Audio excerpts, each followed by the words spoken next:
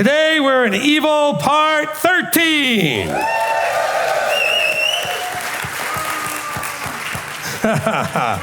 Somebody's booing. Well, I guess that's appropriate. That was pretty evil of you. Okay, now, so really quickly, just to do a quick reset, just remember for those that might be new, our definition or what we're dealing with as far as evil. You know, I know we've done 12 other parts, I don't want to explain a whole lot, but you know, evil is defined by us here as something that is the cause or source of suffering, injury, ruin, pain, harm, or destruction. Okay, so it's not limited to, or as Christianity might point out to, like coming from an evil entity. All right? If you feel like something is hurting you or you're suffering, you will perceive that situation or thing to be evil. All right? Now, the way something is perceived and labeled is based on how it is understood or seen in the eyes of the doer. So the person may think they're doing something good or evil. Or the observer, you may be watching something and thinking that what you're watching is good or evil. Or the ones being the receivers of it, the ones affected by what's happening, may perceive something as good or evil. But determining if something is evil is sometimes based on the intent or motive, and sometimes about the result. Okay, it's not always about the intent or motive. In other words, even if one doesn't intend evil, evil can still be the result. How many times have you done something you thought was good for somebody and they did not like it and they were hurt by it or frustrated with it or somehow it created a problem? Some people who work for me know what that's like this last week. Okay, so they all try to do good, but it's not always what the other person wants. And then the perception would be evil, okay? Because we have this very interesting definition for evil that's evolved over time that doesn't actually match what Scripture uses it for. Okay, I'm giving you the scriptural usage definition. All right, so even if someone intends evil, they want you to suffer. Good can still be the result, okay? Remember Joseph's brothers intended evil and Yahweh allowed it to happen and used it for good, all right? All right, so we're now in Colossians chapter 3, all right? I had one or two more things to say in Romans, but we'll get back to that a little bit later. Let's go to Colossians chapter 3, because this kind of flows from what we were talking about last time in Romans. Colossians 3, and we're going to begin in verse 1. If then you were raised with Messiah, seek the matters which are above where Messiah is, seated at the right hand of Elohim. Mind the matters above, not those on the earth. For you have died and your life has been hidden with Messiah in Elohim. So let's stop there. Context. So we're being told here, okay, Shaul is who's writing? Paul, right? Shaul is writing this here. And he's talking about a situation that you must understand who he's talking to and about. He's talking to people that if you were raised. He's not talking to everybody. Right? He's talking to those, he says, if then you were raised with Messiah. So he's not addressing the world. He's not addressing those who still hadn't made a commitment yet to come in. Okay, those who are covenanted and have been immersed into Yeshua. Those who have made those commitments. He says, if then you were raised with Messiah. Now by raised, he's saying that you've gone through this process of burying the old you, and now you've come up in this newness of life, which you wouldn't do if you didn't know the commitments to make, right? He says, if you're one of these people, then you need to seek the above. Isn't that something that we've been talking about? And Shaul has been talking about this all throughout Romans as well. Seek the things of above, because that's where Messiah is. And that's what he's going to be bringing down, because the above is coming down. Okay, we read that in Revelation 21. He says, mind the matters above. In other words, pay attention to them, look after them, guard them, do them. Not those things that are on the earth, not those things that are of the below. You were raised out of the below. You still live down here, but now your mind should be above. Your actions and behaviors should match the above. Yeshua was here, but he was among us, but he wasn't of us, so to speak. He wore a flesh suit, but he always walked in the above. He walked in the right mindset, right behaviors, right actions, all of that stuff, the above, while still being in the below, to show us that we could do that while we're here. He says, for you have died. Now, don't take that verse unless the first verse applies to you. You have died only applies to you if it says you were raised. Like the people who believe they were raised, that means that you would have died first. Because the raising from the dead metaphor here is the picture you're trying to get. Not that you literally died, but your old self, your old mindset died. Okay. He says, for you have died and your life has been hidden with Messiah and Elohim. When the Messiah, verse 4, who is our life, is manifested, then you also shall be manifested with him in glory, in esteem, in honor. He says, okay, so when it says your life was hidden in Elohim, in other words, who you really are, others won't be able to see at this point. That's hidden with Elohim. Just like it says in the next verse. So you may be wondering, well, what did he mean by hidden in Elohim? Well, he tells you, when Messiah, who's our life, is manifested, why would you manifest something? Because it's hidden, right? Something has to be revealed, manifested. He's saying, so when Messiah is revealed and manifested, then you also shall be revealed or manifested with him in honor. So this can be talking about when Yeshua returns, but you know what? It could also be talking about right now.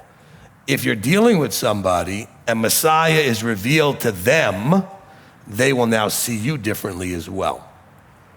Family members that were giving you all kinds of grief for your choices, if they start to be, if they get their bubble popped and they now can see him as he is, then guess what? Then they'll see you correctly as well, if you have been looking like him. So this would go for today as well. Because you have died and your life has been hidden with Messiah in Elohim, and when he's revealed, you shall be revealed as well. Therefore, so based on all of this, you died, you were raised, you understand all this, therefore, you need to do the following.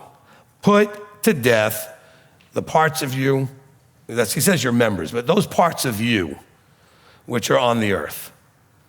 Those things that are still fleshly, earthly, of the below, right? Those are the three ways the below is referenced as flesh, earth, and below. And the above is spirit, heavenlies, and above. Put to death. Put to death is a pretty strong term. Generally speaking, except for when we're talking the metaphor here or resurrection, things that die, it's over, yes? So when you put to death, it means you've ended something in a permanent way. He's saying you need to end in a permanent way those things that are still part of you that are fleshly, that are earthly. And it gives you an idea of what some of those things are. Whoring, uncleanness, passion, evil desire, greed of gain, which is idolatry. Okay, so whoring, we understand. Uncleanness, we have to understand from the laws of Tameh and Tahor. Okay, so that's doing things that you know would render you unclean. Passion, we're gonna change that to like the sexual or the lusts, or even lusts after things that aren't sexual, just that lusting after, okay? So it's not just being passionate. I mean, it's good to be passionate about stuff. I think what he's talking about is the passions that are wrongly directed and tend to obsessively get you into all kinds of places you shouldn't be. The lusting after. Some of us lust after money, some lust after sexual things, some lust after food, some lust after, I don't know, whatever it is, okay? So let's understand that's a better translation there for passion. Evil desire. The desire for things that cause harm and ruin and destruction. It doesn't mean necessarily that you desire to cause and have others suffer, but you desire things that you should know will cause harm and ruin and suffering. The greed of gain, which is idolatry. That's that loving money thing, right? Okay, where you are putting that as your idol. All of your attention is about the pursuit of greedy gain. So you put that above and in front of everything. Because of these, the wrath of Elohim is coming upon the sons of disobedience, verse 6, in which you also once walked when you lived in them. Okay, so you once walked this way. All of us, maybe that list doesn't hit everything that you do. Maybe it doesn't hit very much that you do. But you know that that list is not everything. That is of the flesh. But you know what things you struggled with and maybe still struggle with that are of the flesh. And he says, because of these, the wrath of Elohim is coming upon the sons of disobedience. Because when you do these things also go against instructions he gave. So it's disobedient when you do them. Now, he then says, these are things in which you walked when you lived in them, but now you are supposed to have died in them and came out in a newness. So that's where this lived in them part comes in. Remember, he's giving this metaphor of death and resurrection. He says, just remember now, you did all these things and they're supposed to be dead. Don't bring life back into them. Don't breathe life back into them. He says, but now, verse 8, also put off all these: displeasure, wrath, evil, blasphemy, filthy talk from your mouth. Do not lie to each other, since you have put off the old man with his practices, and have put on the new one, who is renewed in knowledge according to the likeness of him who created him. He says, do not lie to each other. Don't make false representations to each other. Now, the inference here is not just saying something that isn't true. It, again, goes back to the idea of evil. Don't represent something that's going to cause harm to your brother. Okay, so if a brother or sister comes up to you, I often make the line like when I was a kid and my grandmother would come by and ask me if I liked her her hat. And I said, I love it, Grandma, it's beautiful. Lie. That's not a lie that hurt anybody, okay? But you lie and misrepresent things that you know will be to the detriment of your brother. Don't do that, he says. That's why it's in the same kind of thing with displeasure, wrath, evil, blasphemy. These are all things where you're causing harm through your mouth, okay? Filthy talk from your mouth. And by the way, filthy talk is very subjective, okay?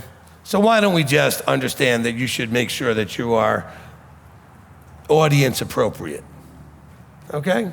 Some people may think something is perfectly okay, and maybe among some people it is, but maybe in front of other people it isn't. Well, then you should, out of love for your brother, understand the audience that's listening to you talk and try to be appropriate, knowing who you're talking to. Okay? Because I know people will use that line and apply it any way they want. He doesn't define what filthy talk is. Okay? The best guess I have is things that would cause someone suffering or pain or harm in some way. All right?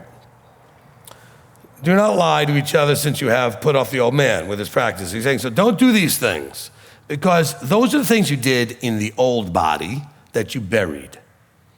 You put off that old man. You're supposed to have left that old man in the water when you were mikvahed, when you were baptized.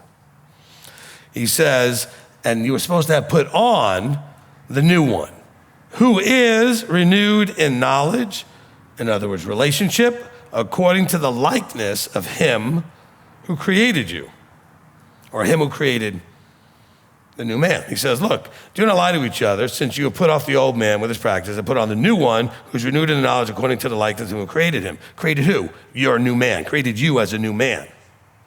You're now in that likeness of Yeshua. So you need to show respect to that, because you have to walk in knowledge of that. Remember, knowledge is relational. All right? It's not informational. It's relational. And so as the relationship you have develops with Messiah, you should look and resemble him more and more all the time. All right. He says, because you need to understand, as you're going through all this, I guess this is part of where the problem was with the way they were talking and blaspheming and lying and everything else, or treating each other poorly, that there was, again, this way of splitting society, the us versus thems of Greek or Jew or circumcised and uncircumcised, or foreigner or Scythian or slave or free. In other words, stop grouping people into the us versus them groups. There are two groups, but there's only two. And within the one group and the other group, it's a mix. There's the in the body and there's outside the body. But it's not like I'm in the body, I'm a Jew, that makes me different than you're in the body and you're a Greek. We're in the body. Or I'm outside the body and I'm a Jew and you're outside the body and Greek. No, you're outside the body. Doesn't matter if you were a slave or free. Doesn't matter if you're male or female. Doesn't matter if you were black or white. Doesn't matter. Nothing matters except are you in or are you out? And that's what he's trying to explain. Stop using all these other criteria as weapons against each other. It doesn't matter what you look like, where you came from, how you speak and sound, what your accent is. It doesn't matter how tall or short or fat or skinny, what color your hair or eyes are. None of that matters. It doesn't matter what your family background is or what country you came from or anything. What matters is, did you bury the old man? And did Messiah raise you into a new one? And then you're a new one related to all the other new ones, no matter where the other criteria comes from. And all this racism and this otherisms, any kind of way that we judge people is just not scriptural, okay? As a matter of fact, we're not supposed to, even with the us versus them, we're not supposed to have a versus them. There's us and there's them, and we're waiting for them to become part of us. All right?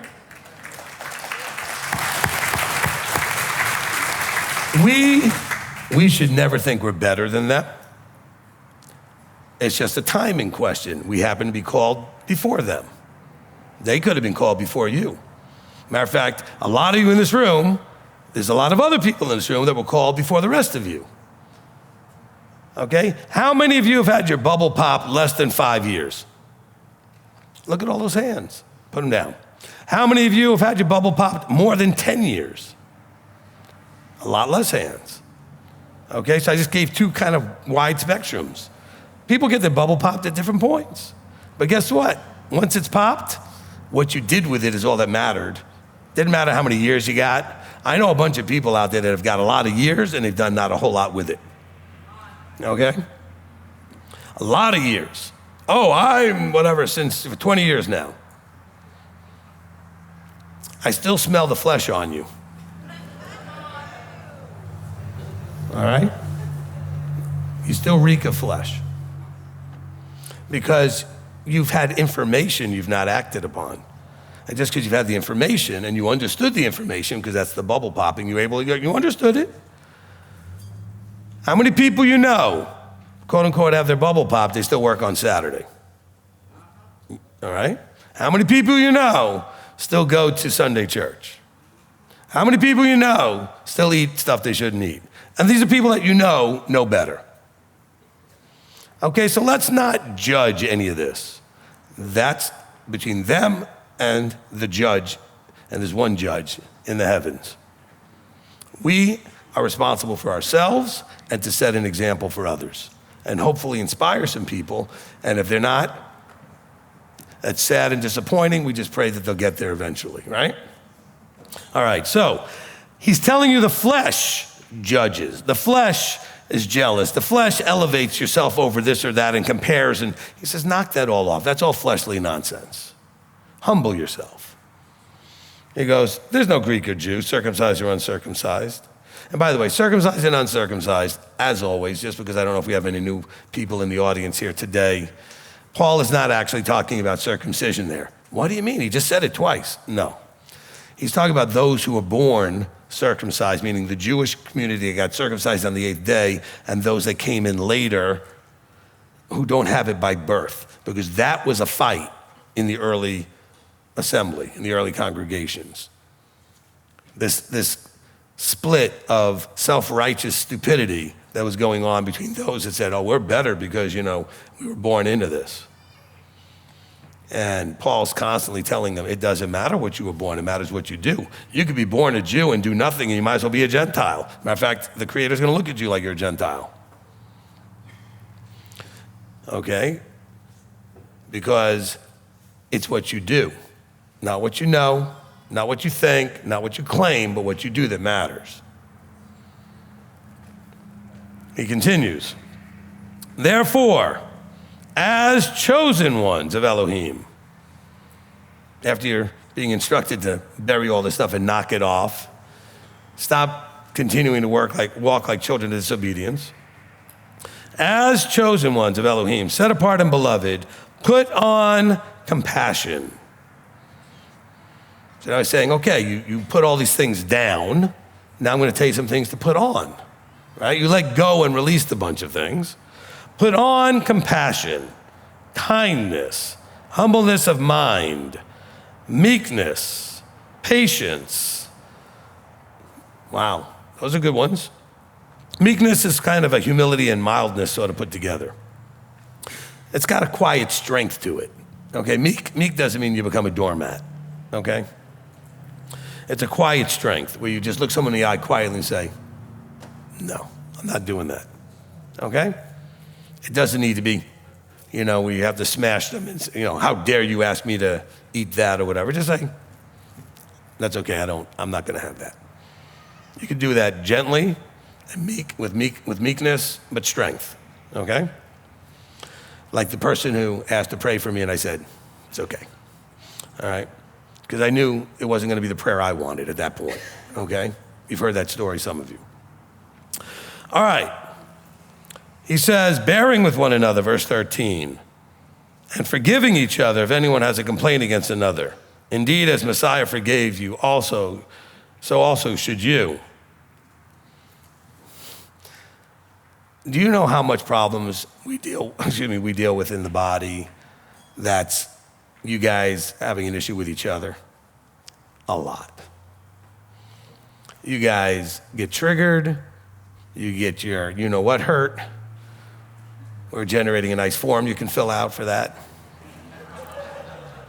We have a cream for it too.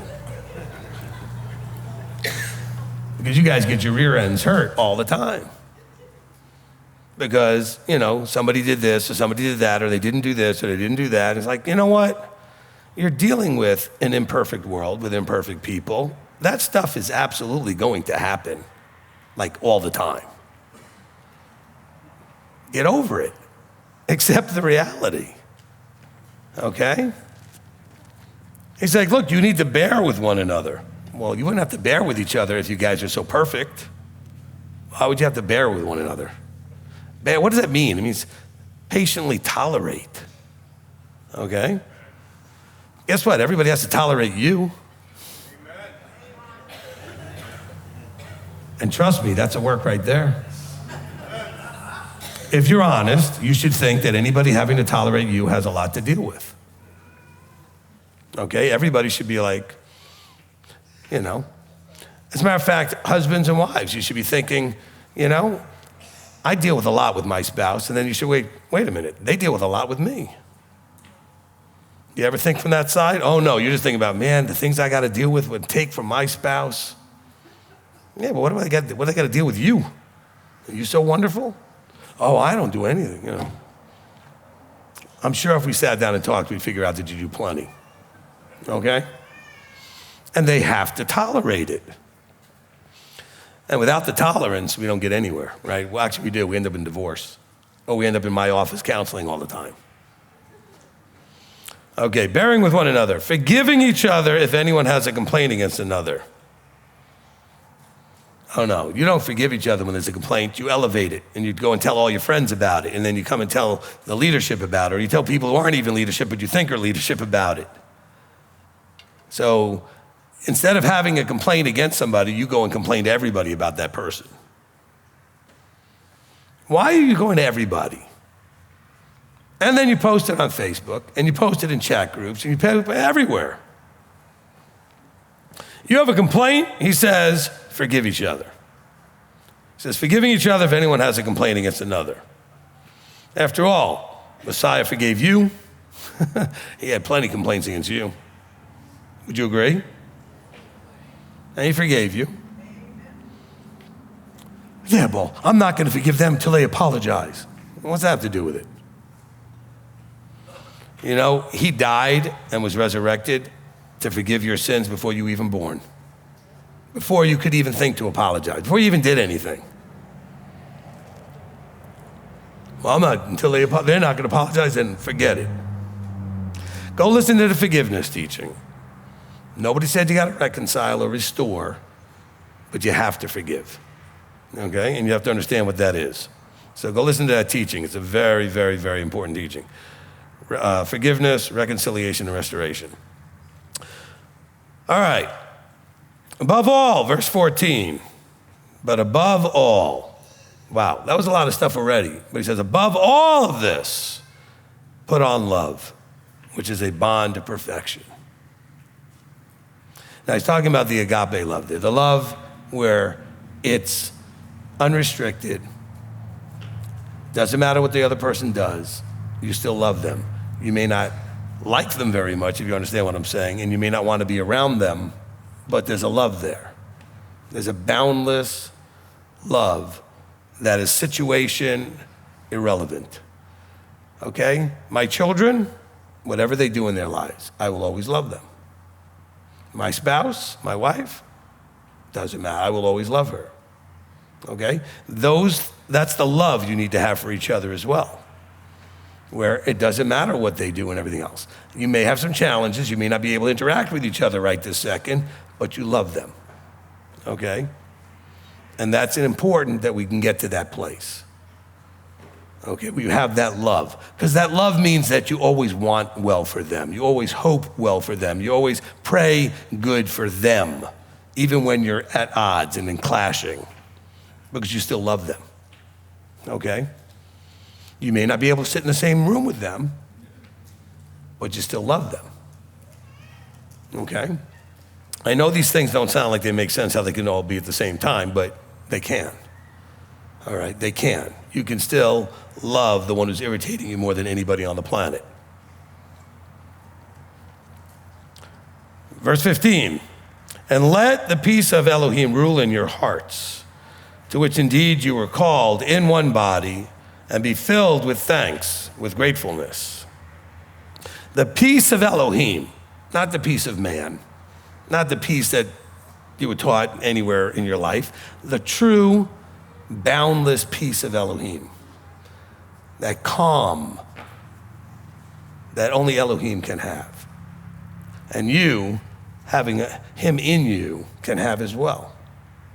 He says, but you have to have that tricky three-letter word, though. I know when growing up we were told to be careful with four-letter words. There's a three-letter word that's really problematic, let. You can get in the way of all this by not letting. He says, let the peace. That means that the peace wants to be there. But you have to let it. He says, let the peace of Elohim rule in your hearts. Don't just let it be in your heart. Let it have authority. Let it grab the wheel and drive. Don't let all your negative emotional stuff drive. Let the peace of Elohim drive. He says, for indeed, all right, all of these things, indeed, you were called in one body, and be filled with gratefulness for that. So he's saying there's challenges in the body. There's things that we don't get along with. There's things that are hard to deal with.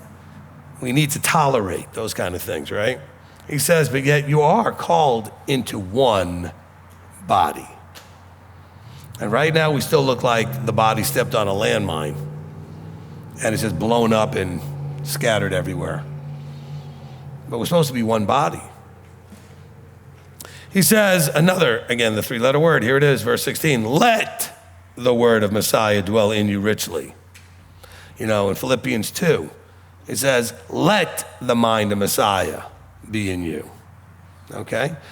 You got to let these things happen. He says, let the word of Messiah dwell in you richly, teaching and admonishing one another in all wisdom, singing with pleasure in your hearts to the Master in psalms and songs of praise and spiritual songs.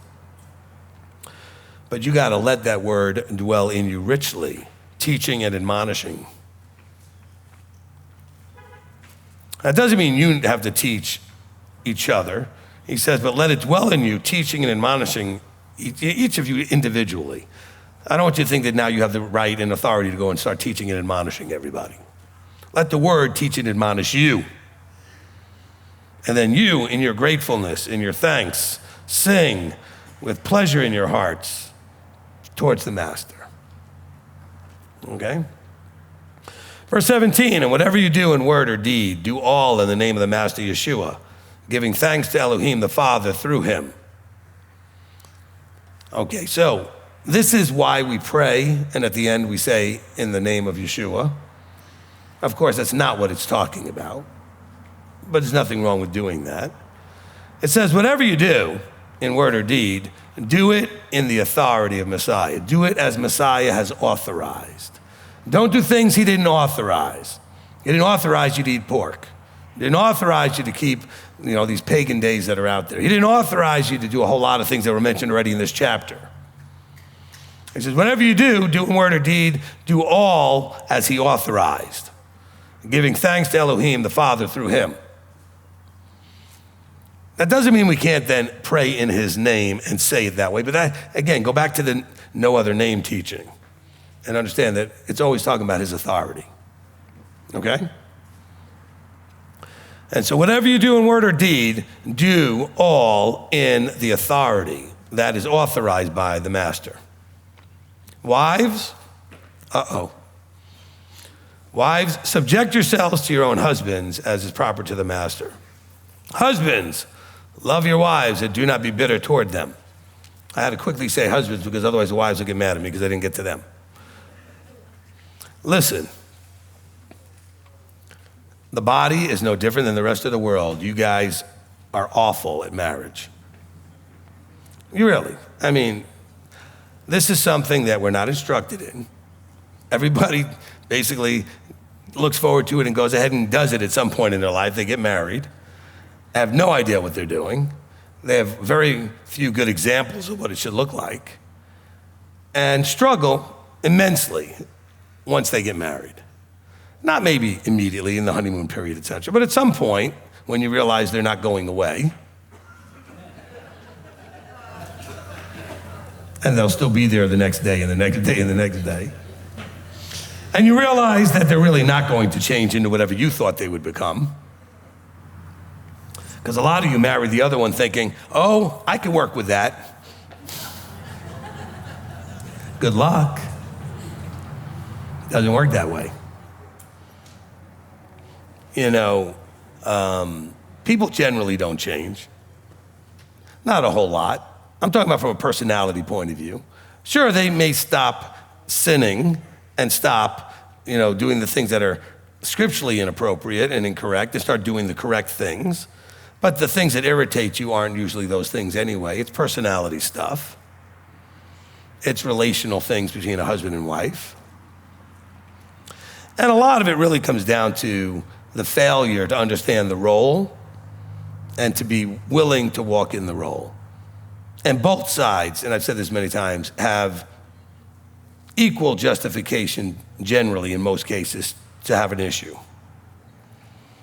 We don't have a very high percentage of men that are treating their wives correctly, loving their wives, and doing the two main things they're required to do, which is provide and protect. Their wives don't feel safe. And if they don't have provision, they don't feel safe. And so the men are not doing that job of making the wives feel safe. Men, if you need your wife's income to pay all the bills, she doesn't feel safe because you need her to do it. I'm not saying a wife shouldn't work. You can work, make all the money you want. He shouldn't need your money to do what is necessary to provide and protect. You can get all mad at me all you want. You're only mad at me because you're not doing it. You wouldn't be mad at me if you were doing it, because all the men out there that are doing it are like, absolutely. Wouldn't have it any other way. And then, of course, on the other side of it, ladies, You want the man to go out there and kill himself and work hard and provide and protect you. And do you subject yourself to them? Are you submitted to their authority? Do you encourage, support, and believe in where they're going? But he ain't going nowhere. Well, why is he going to go anywhere? You don't believe in him anyway. Believe he's going to get there. You married him. Well, if I'd have known, well, why didn't you know? Because nobody taught you how to do this. I understand. So I'm going to kick both sides hard all the time. Guys, step it up. Ladies, step it up. Understand what you're supposed to be doing. Okay, wives, subject yourselves to your own husbands. Now, notice it says to your own husbands. Stop subjecting yourself to other men. Don't listen to other men. Don't listen to other ladies. Don't subject yourself to everybody but your husband. You come to me, you come to Elder Billy. I haven't talked to Rabbi Tom about this, but probably if you went to him too, the first question we should ask you is, did you talk to your husband about that? And if you didn't do it, we're going to send you back. Now, if the problem is your husband, yes, we can talk to you about that, and we'll then get both of you in and try to work with that. But I got a lot of ladies out there with all kinds of problems who never talk to their husband before they do things. Yeah, but you don't understand. My husband, he's never going to get where you want him to if you don't give him a chance. And don't encourage him and let him know that that's what you hope and expect him to do. Yeah, but he's going to mess it up. Look, everybody messes everything up the first times they do things. Didn't you figure out how to be good at anything by messing it up first? Of course they're going to mess it up. I mean, that's just, of course. Especially if they've never done it before. You want him to do something that he's really never done before. Well, believe in him and encourage him and tell him it's okay if you mess it up. I believe in you. You'll fix it. You'll handle it. It'll be okay. Otherwise, you're never going to have what you want without being willing to have a few stepping backwards as you're moving forwards. Okay, a few steps back to take a few steps forward. And men, love your wives. In other words, figure out what they need to feel loved, protected, provided for. If you don't know their love language, you're foolish. And if you do know it, don't speak it, you're even doubly foolish. You should go ahead and do that love language test. I think it's a great test. And you know what? You wouldn't have to if you were only paying attention. You know what? Most marriages are in such bad shape because you guys are living together and have no idea who you're living with because you're not paying attention. You ignore everything that's right there in front of your face that would be telling you exactly what you would need to do or what you need not to do if you would only pay attention. Some of it they actually say to you and you just ignore it because you're not processing what doesn't match up what you think. So you just ignore it.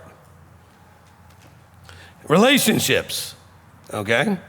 All, ours with him, ours with our Creator, right? You with each other, husbands and wives, parents and children, all have a requirement that you learn your role, you learn the other person, and you adjust to that person and they adjust to you.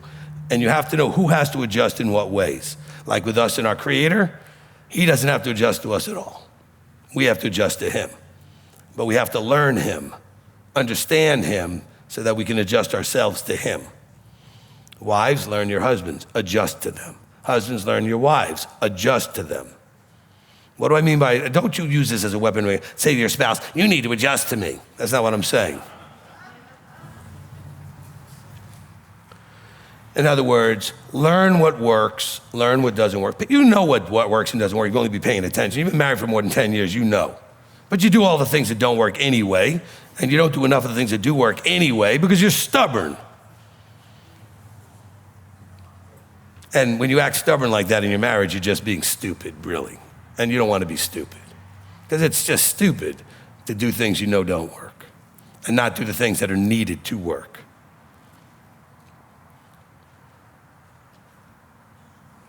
And that's really the problem. All right, so I'm glad this is in here. He says, husbands, love your wives and do not be bitter towards them. Don't be bitter towards them. Do what you need to do. If there's a problem that's bad enough, then get the counsel you need. And if they still can't get fixed, then give them the divorce. But don't be bitter towards your wives. Why are you being bitter? You picked her. I don't know why people never figure that part out. You picked each other. Unless this sound happened right before you got married. You picked her, okay? Because then you were forced to. All right? Unless you heard a racking of a shotgun, you picked him. He picked you. And you're thinking, I don't know what I was thinking back then. Figure it out. All right, figure it out. All right.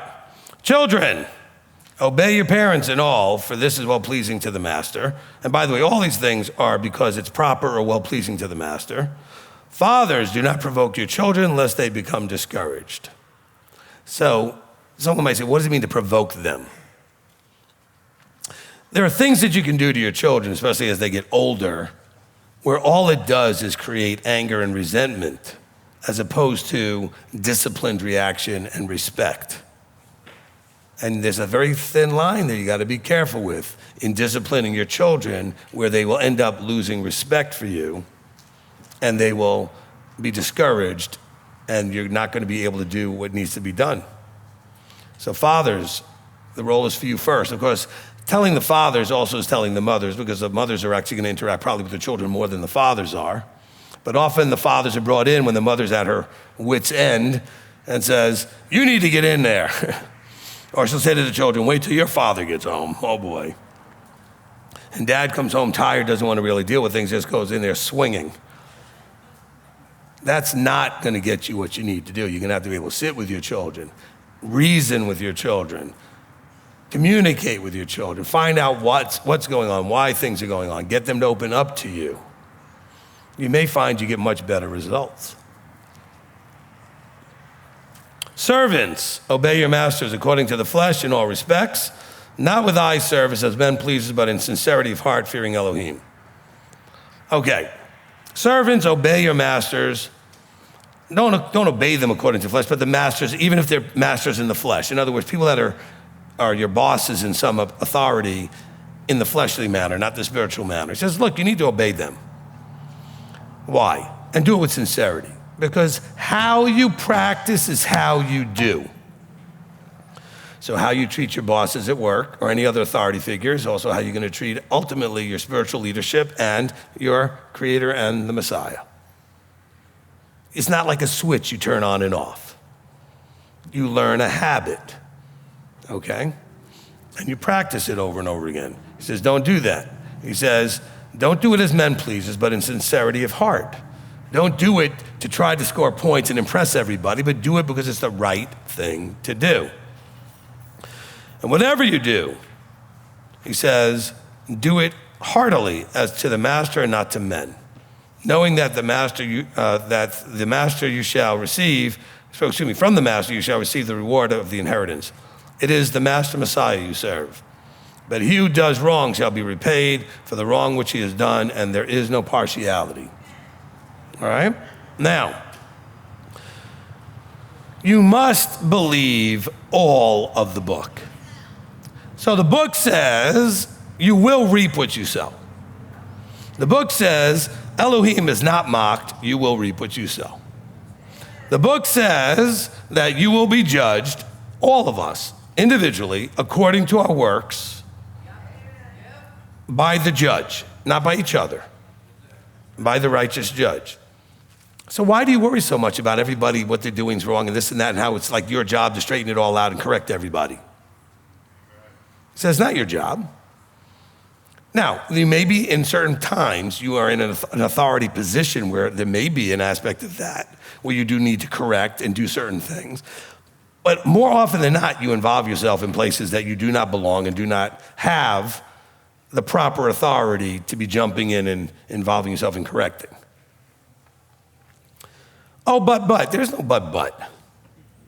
Okay? Yeshua and the Father have zero need of you defending them. Do you understand that? Because I know a lot of you get all offended on the internet. Somebody says this, someone says that, and you got to straighten it all out because after all, you're standing up for them. They don't need you to stand up for them. They need you to obey the order, structure they've given you and stay out of things that you're not supposed to be in. you need to stay out of the things that you're not supposed to be in. It's not yours. You need to stay in your lane.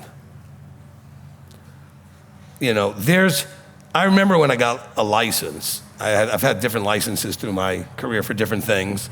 And I remember every license had a scope that you needed to know that you could not go outside of to keep your license. That there were things that if you did them, they were outside the scope, the limited scope of your license. Okay? Like, as a real estate agent, I could not give legal advice. I could not give accounting advice. I'm not an accountant, I'm not an attorney. So you had to know the limited scope of where your authority was. Okay? And so, this is also your life. You're called into the body, which gives you a limited scope of authority under certain limited circumstances with certain people. And everybody else is Elohim's and not yours. And you need to be comfortable enough to embrace that, to allow that to be true. So that you don't feel this need to always go and involve yourself and get all stirred up. Well, can you believe blah, blah, blah, blah, blah, blah, blah? I'm like, oh my gosh. I can believe it. I don't know why it bothers you. Rabbi, how could you not be bothered by that? Because it's not mine to be bothered with. Why should I let everything that everybody does bother me? No wonder a lot of you are miserable all the time. Everything bothers you. Let it all go. You got enough to deal with yourself. You ain't got to bother about everybody else. Matter of fact, if you spend more time on yourself, you wouldn't have any time for everybody else. Okay? I mean, that's important. Yeah, we can clap for that.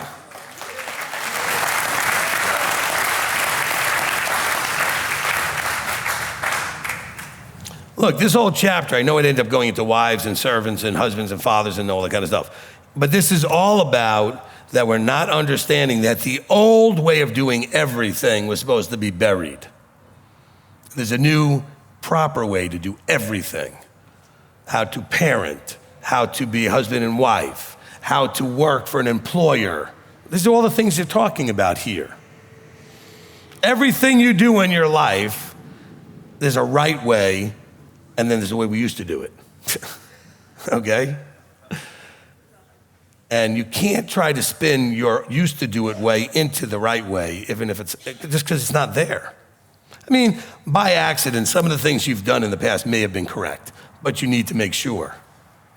Don't assume that they are, but instead, look at the word. We got to know, as it says at the end of verse 18, those things that are proper in the master. The end of verse 20, that are well-pleasing to the master. How are you going to do that if you don't know what pleases him? How are you going to do that if you don't know what he says is proper? And none of that's going to matter, even if you know it, if it's not as frontlets, if it's not like in an awareness all the time. You have to be aware when you're interacting with brethren. I should be aware of what's the right way to do that. When I'm interacting with my wife, what's the right way to do that? When I'm interacting with my children, what's the right way to do that? When I'm interacting with you, from the leader position I have here, what's the right way to do that? Okay? And not the way others think. Because see, we still have that problem when it says this is for everybody, by the way. Because all of us, when it says wives, subject yourselves to your own husbands, I could take all of you and put that in here. I'm not calling you all a wife. It's the vertical structure. Wherever you are, you can look at any wife instruction towards anybody above you. Wherever you are, you can take any husband instruction towards anybody below you. Does that make sense? Okay?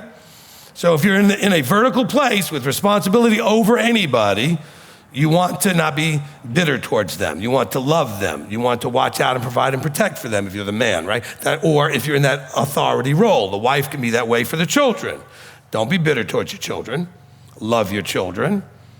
Provide safety and protection, all the things that are in that above role, right? Because the above gives, the below receives. And so you have to recognize that relationship. So when you're in, this goes to everybody, men and women, a role under an authority of any sort, you need to think like that role, that submitted role underneath. You need to respect, believe in, support, and encourage that leadership. This goes for the men too. And then you need to be able to take what you witnessed, hopefully from good leadership, and then apply that same thing with the people that you are leading. Everybody is in the middle. Everybody. Except for one, the father. Yeshua's in the middle. He's completely in that wife role in that submitted role under the father, right? He's like, so that role that supports and does and follows, submits, and all those kind of things. And he has full leader, more husband role, looking down.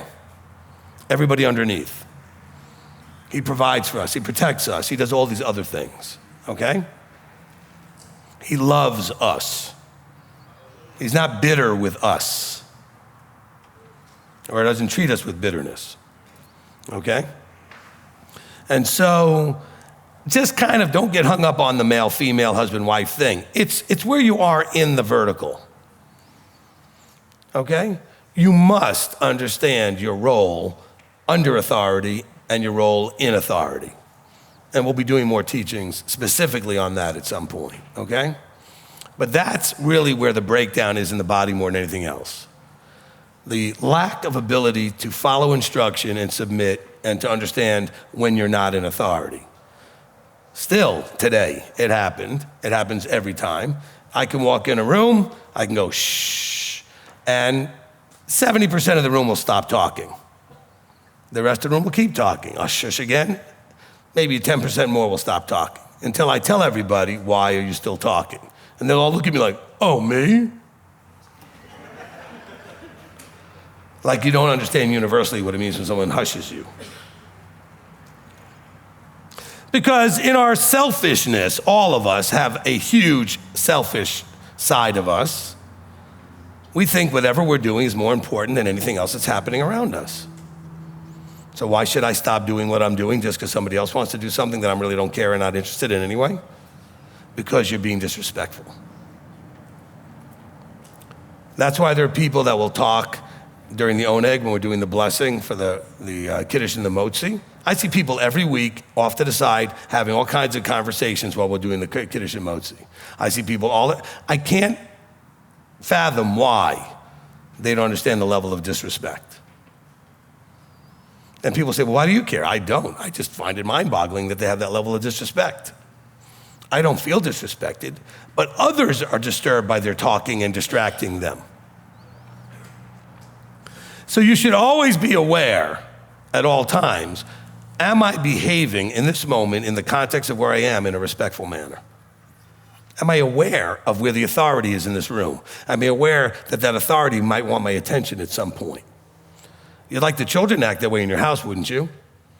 For them to be aware of when you're there and what you're doing and if you have any need for them to do or not do something. But we get a limited response from children, but because they're children. But some of you are 70 and you still act this way. 50, 40, what's the difference? He is allowing us to practice to get ready for a kingdom in which when he speaks, everybody better just be quiet and be looking and paying attention. You're thinking, well, of course I will. Really? Will you? You don't practice it now. What makes you think you do it then? Oh, because it'll be Yeshua. He tells you to practice it now because he knows that you need to practice it. But you don't have that level of respect for me or the other leaders. I see it on a regular basis. We have to grow this up, okay? I know a lot of you are thinking, Rabbi, that's such a drag. I mean, here it is a holy day and you're kicking us and smacking us, and look. This is the beginning of the journey. Today would be the day they were leaving Egypt. Guess what they needed to do leaving Egypt? They needed to grow up a lot. They needed to learn a lot. They had been slaves for a long time, bad attitudes, beaten down, no idea how to be free, no idea how to behave, certainly no idea how to deal with authority correctly since they only had awful authority. And if you think You have an attitude with authority. How do you think those guys did after all the authorities in their whole lives has tried to kill them and make their lives bitter with all the harsh labor and everything else that they beat them with? Listen, Abba put you here because he wants you to hear the truth, wants you to hear it straight, period. That's it, end of story. All right?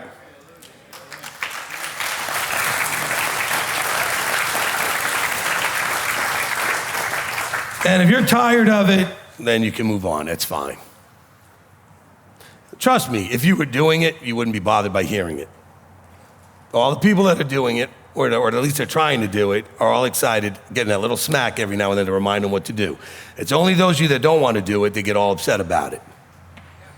Well, why can't you teach something else?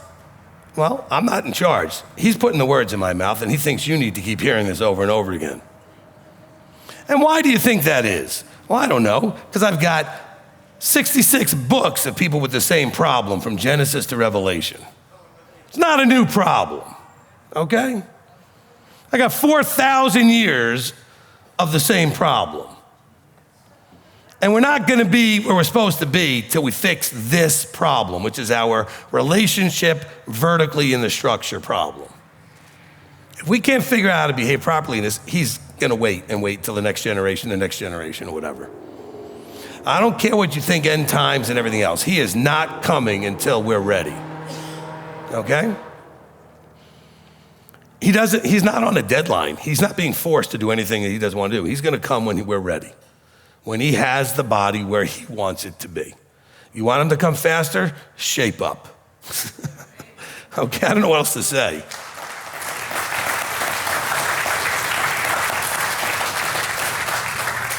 Okay? And we can do it. I mean, he called us knowing we can do it. But we're the reason he's not here yet. Don't feel guilty. Fix it. Be motivated. I get all you guys getting all the press. He's not coming because of me. That's true. So what? Fix it. Stop crying. Get your thumb out of your mouth. Put on a new diaper. Let's go. All right?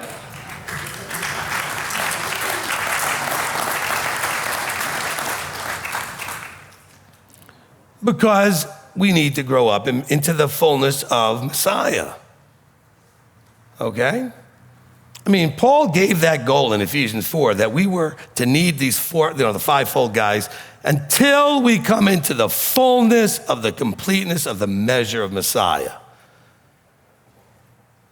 There was no more mature being ever on the planet.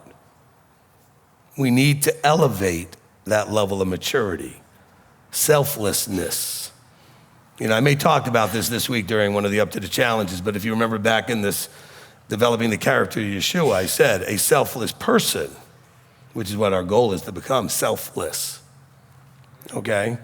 A selfless person cannot be offended. Most of you can't get through a week without being offended, maybe even a day. And yet, a selfless person is never offended by anything, because what gets offended is the self. Because you say the words, I'm offended. Well, take the I out of there, there's nothing to get offended.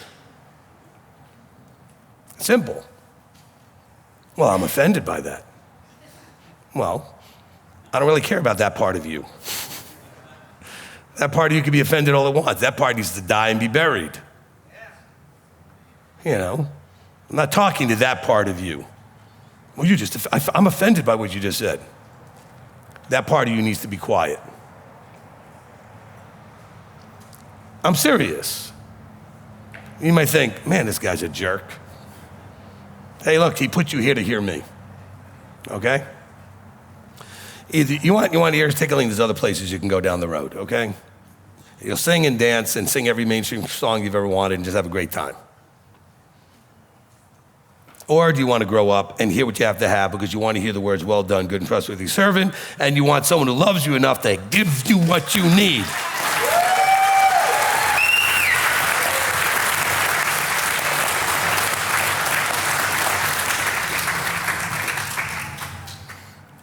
And I wouldn't be this strong if it wasn't for and you can ask Billy. I mean, it's not getting any better, the calls we get and the nonsense that's going on, the things people are going through. The body seems to be either stagnant or going backwards emotionally. And I don't know what I can do to get you to toughen up your resolve to grow up, to get emotionally strong. Not to have strong emotions, to become emotionally strong, where you have control over your emotions and your feelings and all the other stuff that's going on. Because this is really a challenge for a lot of you, and relentlessly a challenge. And it really is making it hard for you to grow. And we counsel you the best we can, and I want you to keep calling and keep getting counsel. But you know what? It's got to come from inside. You have to want it bad enough. And you have to believe you can have it. All right? You know, I've been talking about, I'm going to say it again. I've been talking about this formula, and I really worked it out a little bit more clearly the other day when I was doing this men's class. Anything that you want is an outcome. Okay? Anything you want is an outcome. What's the outcome we're looking for? Becoming Messiah-like. Right? Our outcome is becoming Yeshua-like. So step one, you have to want it. If you don't want it very much, it's not going to happen. I mean, you have to really want it. Anything that's tough to accomplish, you got to really want it. Then the second element, this is not addition. These are the things that if they exist, will be like an anchor against you trying to go forward. It's called your belief. It's got several elements. Number one, do you believe you don't deserve it? If you believe you don't deserve it, you're not getting there. I don't mean that you have to believe you deserve it, but if you believe you don't deserve it, then you can't get there, okay? Because you might not feel worthy of something right now, but you believe you can be worthy of it. But what if you believe, I'm never gonna be worthy of it, I don't deserve it? Then you'll never get there. You have to believe that it's appropriate for you to have. What could not be appropriate about being Messiah-like? Because there are things in life you may want, and then you go, wait a minute, but it's not really appropriate for me to have that. Okay? So then that may be a good reason why you don't go forward any further. So it's gotta be appropriate. You gotta believe that it's not something you don't deserve, okay? And you have to believe it's something you can do. You gotta believe you can do it. Okay, if you don't believe you can do it, any of those three belief challenges are like lead weight anchors preventing you from moving forward. So you want it, and then the next step, the third one, is commitment and then effort. You can have all the commitment in the world and the effort in the world, but if that second part is just heavy anchors, you're not going anywhere. Okay? You have to want to be selfless. You got to want it badly. You got to believe it's appropriate to let things go, to not be offended, to ignore and let roll off your back, whatever. You have to believe that it's something that's okay. It's not that I deserve to be picked on. And no, just, okay, you got to believe that you can get to that point where things can just wash off you, just roll off your back, as they say. And then you got to commit to it.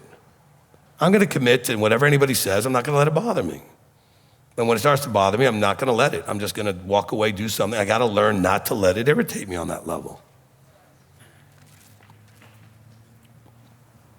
Now, bear in mind, there's different levels of this.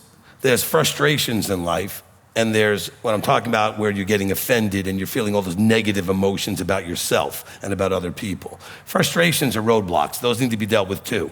Those are the ones I deal with. Okay, I don't have the other challenges, but I have a big challenge with things not going like they're supposed to. And I have to learn to be better about that, right? The same way. But I'm mostly at this point talking about all those emotional things that have you constantly anxiety, depression, defeated, abandoned, self-worth issues. I'm not good enough. I'll never be good enough. I can't do it. I'm a failure. All that stuff, okay? Or I'm right, everybody's wrong. I have to judge everybody. I have to set everybody in their place. That's the other side of it, right? You got to get rid of all that. You got to want to get rid of it. You got to believe you can. You got to believe it's appropriate. You got to believe that it's something you deserve, so to speak, to get rid of it. Commit to it and do the effort.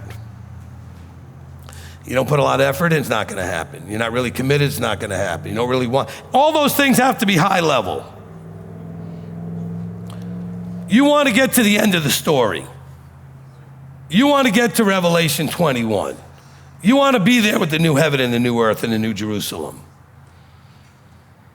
Knowing Messiah exists isn't enough. Believing he died and was resurrected isn't enough. The demons and the devil know all of that. Doesn't mean anything, actually. It's what are you going to do with the information? Because he wants it to be a transformation that takes place in your life. If it's not transformative, it was of no use. It was just information that didn't do you any good. And the only way transformation comes is through desire, belief, commitment, and effort. Okay? And if those are at a weak level, I'd like to be there. I'd like to be there. Deuteronomy 6, the V'ahavta says that you need to love him kind of, sort of, with everything. You got to want to be in the kingdom with everything. Everything. But yet, it's amazing, the things we still don't do. And a lot of you call yourself Torah observant. Don't get mad, I'm going to call you Torah pursuant. All of us are pursuing it. Some of us are doing better than others in observing it. But we're Torah pursuant in our attempt to be observant. But you know what? Not every one of you keeps Saturday correctly. In other words, some of you still work, some of you still go to weddings and funerals or whatever, some of you still birthdays or whatever. You do things you shouldn't do on Saturday. Some of you don't tithe. Some of you who tithe don't second tithe. It is mind-blowing, the whining and complaining I hear every year about people telling me they can't afford to come. And I'm like, don't you tithe? No, of course they don't. And then they say they can't afford to come. Here's some simple math. If you make just $15 an hour, that's it, $15 an hour, $30,000 a year, right? $15 an hour. That's $3,000 to keep 2 feasts. Why can't you afford to come? It costs more than that to come here? To 2 feasts? Of course not. Oh, but I've got a wife and 7 kids. Well, then you need to be making more than $15 an hour.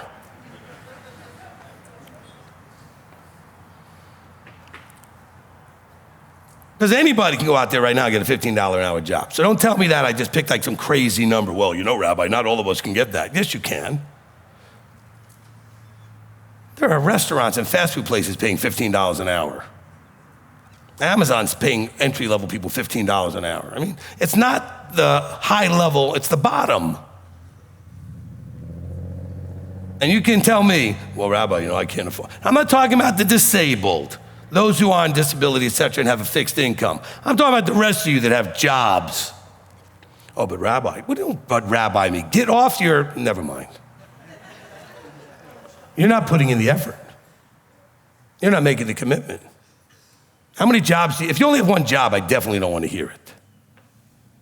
But Rabbi, you only have one job? I work 100 hours a week, be quiet.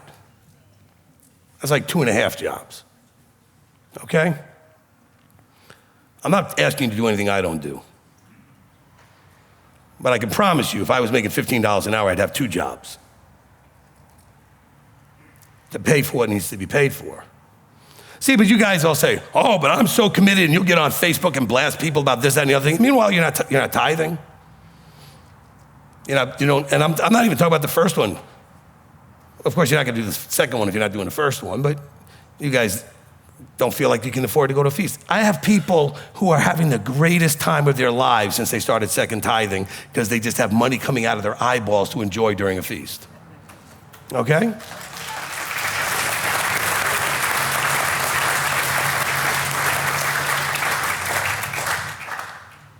I've got people thinking, I can have people stay at my house. Oh, but I don't have any place for them to stay. Oh, I'll buy some mattresses. I get second tithe. I can do all this stuff just because it's for the feast. I can go out to nice restaurants, and I can maybe buy a new set of some clothing for the feast. You got all this. That's what he wants you to do, to be able to enjoy yourself. But no, because you don't do it. Of course, you don't third tithe either. And then you're going to want to come to me when you're broke and ask for some of that third tithe money. And what if I told you, I'm sorry, but nobody's been giving third tithe, so you can't have any? Because they're like you. Would you like to hear that? Because a lot of you think the ministry is made out of money, but you know what? You know where that money came from? People like you putting it in there. And so why weren't you part of that? Why weren't you participating in that?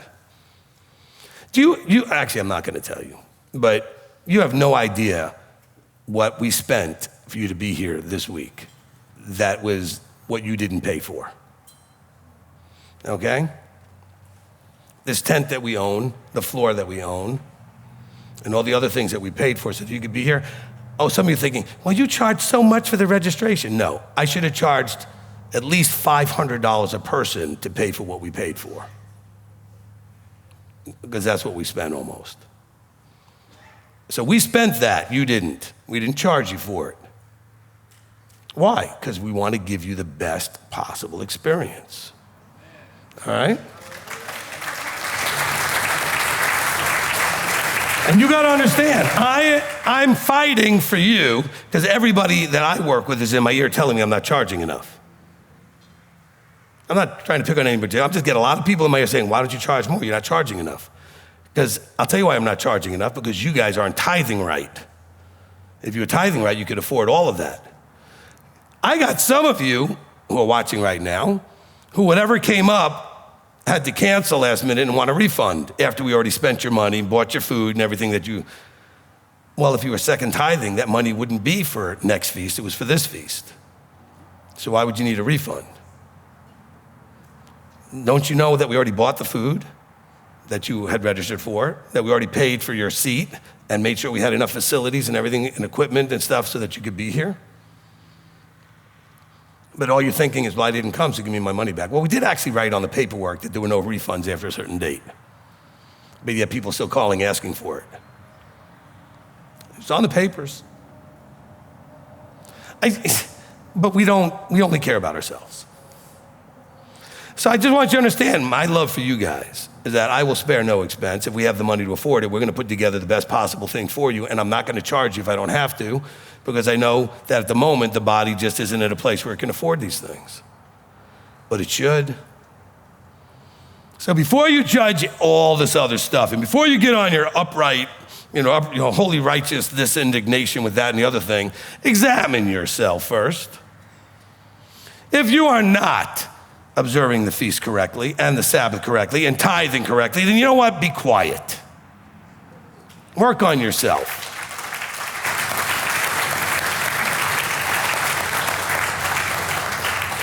And you can add eating correctly and all the other stuff. You know what? Work on yourself. Stop worrying about what everybody else is doing. Well, can you believe? And all you do is you snip and snap and talk to each other about everybody. Everybody's talking about everybody. You know what? Knock it off. Stop it. That is not Yeshua-like. Okay? That is flesh and nothing but flesh. You need to stop. We need to just get this right. We need to become Yeshua-like. Amen? Amen. All right.